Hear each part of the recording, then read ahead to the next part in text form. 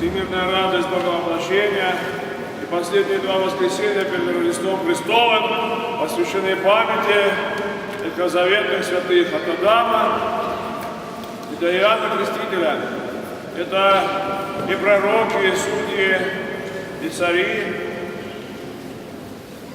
и все они свидетельствованы верою, ибо вера была для них уверенность в невидимом, как видимом.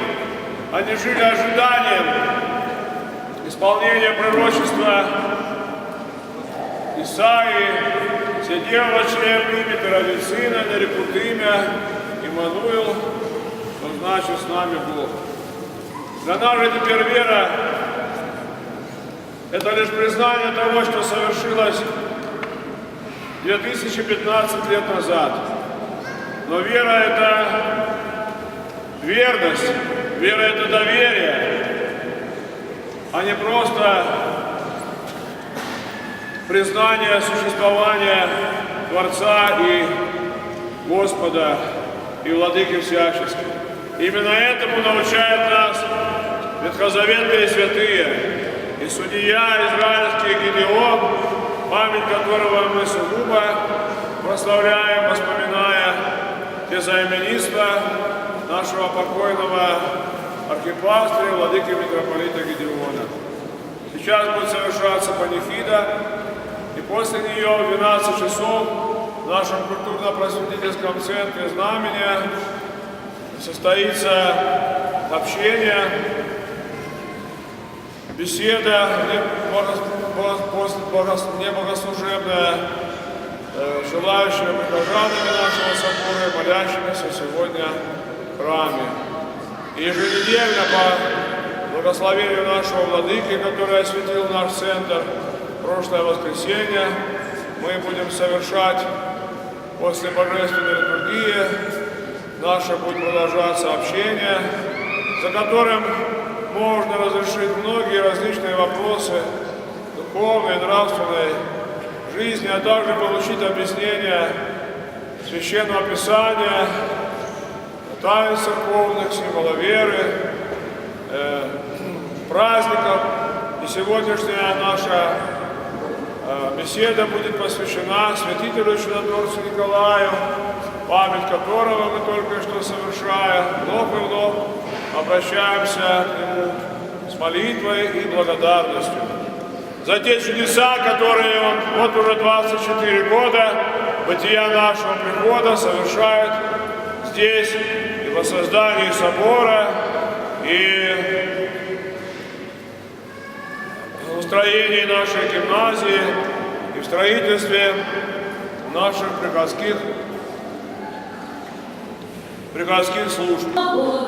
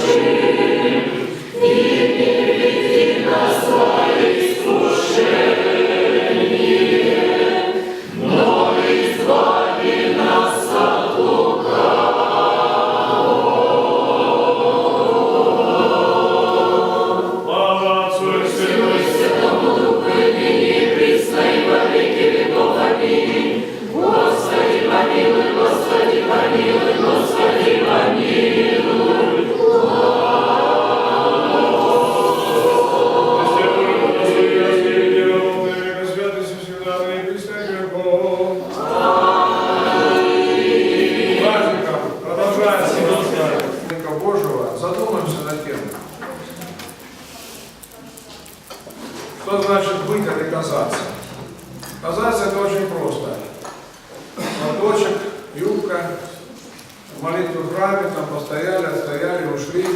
А что потом с нами происходит? До того, как мы сюда пришли, до того, после того, как мы отсюда выйдем, будем ли мы жить по вере?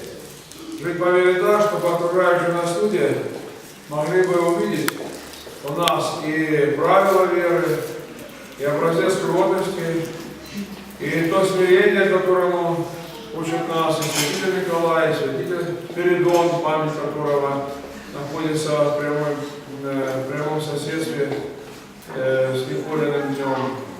И о многом можно и нужно задуматься. И наши беседы в последующее воскресенье, они будут тематические.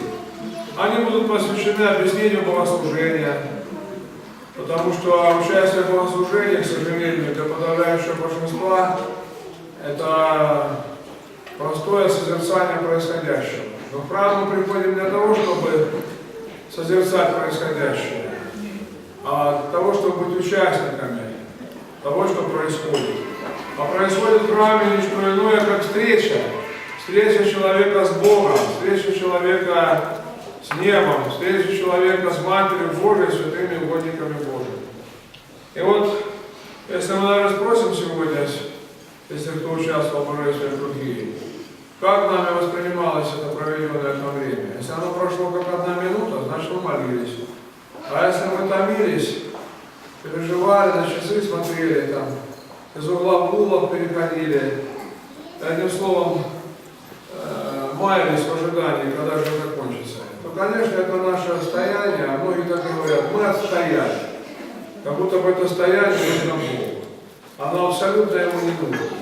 И нам оно никогда не принесет никакой пользы до тех пор, пока мы не будем участвовать в богослужении. А участие возможно лишь только в том случае, если мы понимаем суть происходящего в богослужении. Если нами осмысленно переживаются все молитвы, все возгласы священника и диакона Витинии, вот тогда действительно наше предстояние пред Богом будет радостью встречи. А все знают, что когда встреча бывает радостной, а радость встречи это в сельском языке, например, одно и то же слово, то тогда часов не замечают. Сколько бы ни продолжалось богослужение, оно действительно переносит человека в вечность, переносит его в то состояние уже неземное, потому что храм – это небо на земле. То для того, чтобы нам приходило такое осмысленное участие в богослужении, мы будем посвящать последующие наши беседы и объяснению божественной литургии. Ведь какое чудное звучит песнопение, которое скользит по слуху и ничего не оставляет ни в уме, ни в сердце. И же херувимы, тайно образующие, животворящий Троицы, Тридцатую песнь предстоящую. И животворящий Троицы, Тридцатую песнь пребывающую. Разве мы похожи на херувимов, когда мотаемся по храму из угла в угол? Когда в любое время передвигаемся от одной иконы к другой, забывая о том, что по правилам церковным в храме стоящий, на небеси стоят огни. Другими словами, пришел человек в храм, если он пришел до службы, он имеет право целовать иконы, ставить свечи. Если он пришел, когда служба началась, он не имеет права, если он верующий, а невидимость создает того, что он верующий, вообще куда-то двигаться. Он должен стоять на месте и молиться. Не двигаться, не бегать, ничего-то искать, создавая видимость того, что он благочестие какое-то проявляет. И вот тогда можно ощутить, что такое иже херувимы, тайно образующие. Это песнопение, эта песня означает не что иное, что мы таинственно изображаем херувимов. Ну понятно, что это все же не про нас, потому что очень редко и мало кому удается быть на херувимов похожим в эти минуты.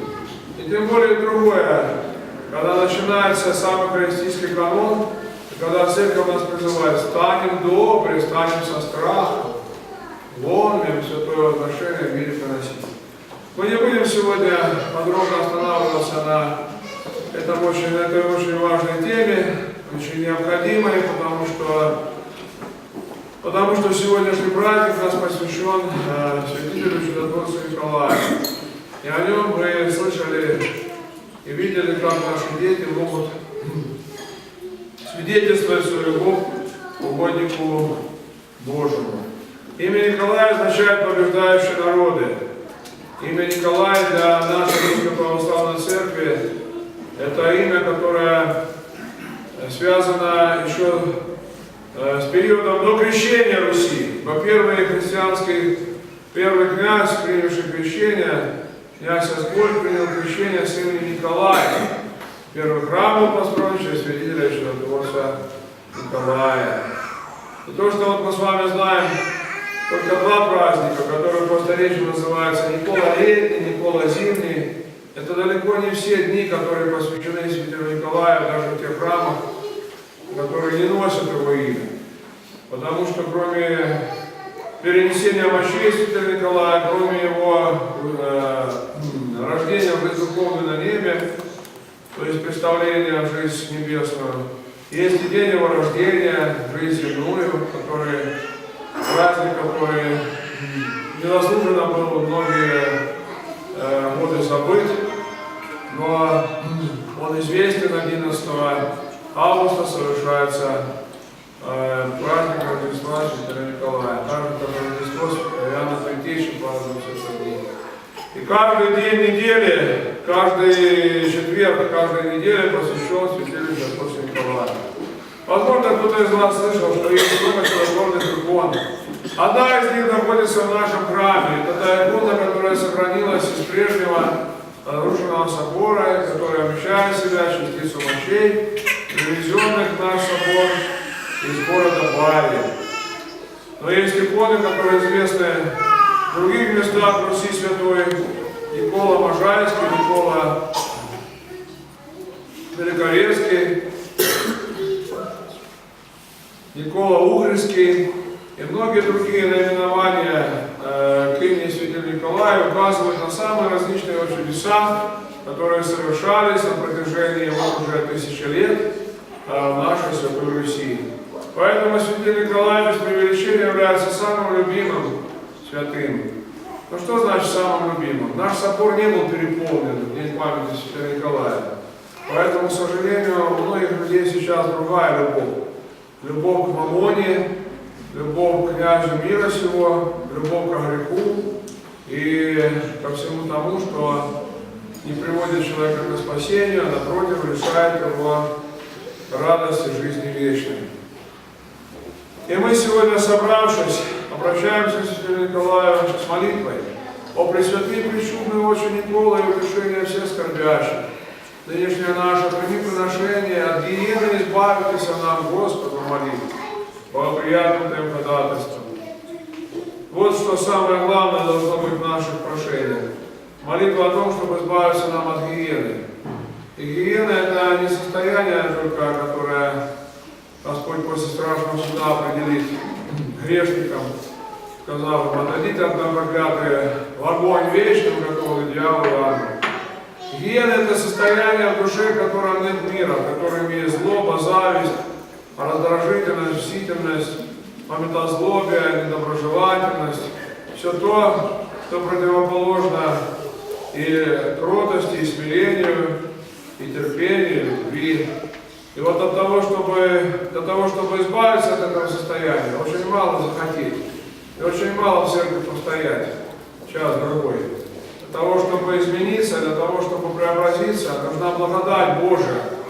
И мы обращаемся к святителю Николаю, чтобы он своим предстательством нас очистил наши души от этой скверной греховной, наполнил благодатью, которая принесет с собой, как сказано у апостола, плод мира, любовь, мир, радость, долготерпение, плод духа, любовь, мир, радость, долготерпение, кротость, содержание, благость, говорит нам апостол. Сегодня мы стоим уже почти на пороге новогоднего праздника. И я хотел бы обратить ваше внимание на необходимость трезвого осмысления этого события, которое, конечно, не может восприниматься нами наравне с Рождеством Христовым и с церковными праздниками. Это гражданский праздник, но участвовать или не участвовать в нем порой бывают разночтения в этом вопросе, происходящее от чего? Происходящее от ветра головы своей, происходящее от той гордыни, когда люди, возомнив, что они знают больше, чем святейший патриарх, чем митрополит Иларион, чем пастыри, учители церкви, начинают всякие бабьи басни предлагать как некое руководство духовной жизни, считая, что для нас, православных, этого праздника быть не может. Это неправда. И для нас этот праздник может и должен быть. Но вопрос в том, как православные люди могут и должны его праздновать.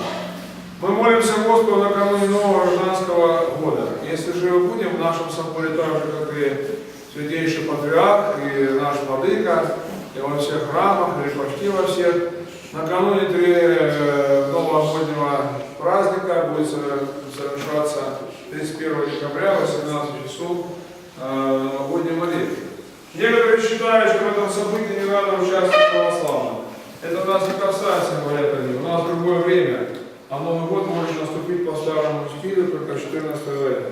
Это неразумно, потому что мы знаем, что когда Новый год в России, как во многих других странах, праздновался 1 сентября.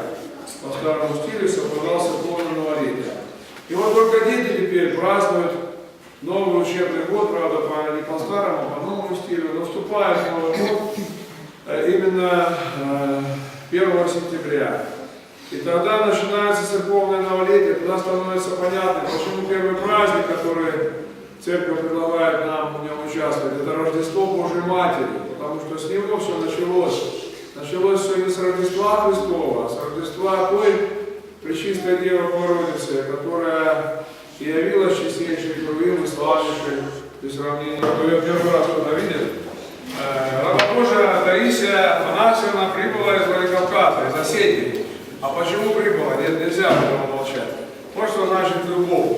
Любовь и благодарность. И именно сегодня именины нашего владыки Гедеона. Ну, кто-то из вас даже и понятия не имеет, но тем не менее кто-то и знает, а кто-то даже видел, а не только слышал. Владыка Гедеон – это великий иерарх Русской Православной Церкви. И Кисловодск – это его духовная родина. Здесь он совершал и в Ставропольской Бакинской епархии свое служение, но начинал он его как священник в Пантелеимоновском храме, которого звали отец Александр. Его преснопамятная мама, которой мы каждый день молимся, здесь погребена, матушка Матрона. И вот владыка Гедеон оставил по себе о себе не только добрую память, он оставил память вечную, по Слову Божьему, память вечную будет правильной. Владыка Гедеон почетный гражданин города Кисловодска. Мемориальная доска установлена на доме, где жил владыка. И вот отрадно, что не только в Кисловодске, но и из далекого Владикавказа сегодня вот раба Божия Таисия Афанасьевна прибыла именно сюда, в Кисловодск, потому что здесь сокровище нашего владыки, как он называл свою маму, чтобы вместе с нами помолиться в день его именин, в день его ангела, вспомнить о том, что владыка здесь не просто часто был, он очень большую часть времени проводил в Кисловодске и научает нас своим примером, как надо любить родителей, как надо благоволить перед своей матерью. А что самое трудное? Самое трудное, уже старые люди только это помнят. У молодых спроси, они уже не скажут никогда. Даже среднее поколение уже говорят, мы этого не слышали. Самое трудное Богу молиться, долги отдавать и родителей досматривать. Вот что самое трудное. Первое, Богу молиться. Ну вот Таисия Афанасьевна прибыла, чтобы Богу помолиться. И мы рады вас приветствовать в этот знаменательный день, который так вот перекликается с памятью владыки Гедеона. И мы после завершения сейчас нашей трапезы возгласим ему вечную память. Поскольку сегодня очень интересный Евангелие всегда читается, много званных, мало телефонов, и оно никогда не переносится. Вот конец года приходит, и мне вот непонятно. Думаю, ну, батюшке надо поинтересоваться, спросить. Опять вот так в суете, год проходит, и я вот открываю, и опять там положено читать на какой-то там предыдущих неделях Евангелие 25-й неделе, но поскольку оно только читается именно вот на святых праотец, там читается другое Евангелие. И это вот я замечаю в основном только с этим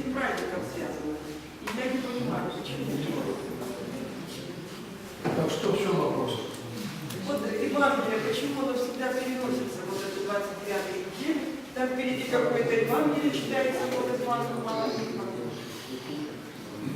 Ответ очень простой, потому что речь идет о ветхозаветной истории человечества, о том, что Господь через пророка призывал всех народ свой избранный, призывал к тому, чтобы они ожидали его пришествия.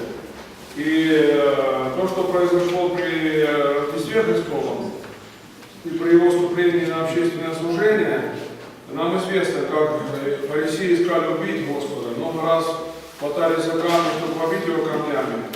И хотя встречали его однажды в Иерусалиме, называется этот праздник, вход Господень в Иерусалим, с песней Осанна, но уже через 5 дней кричали «Уа, уа, распни его».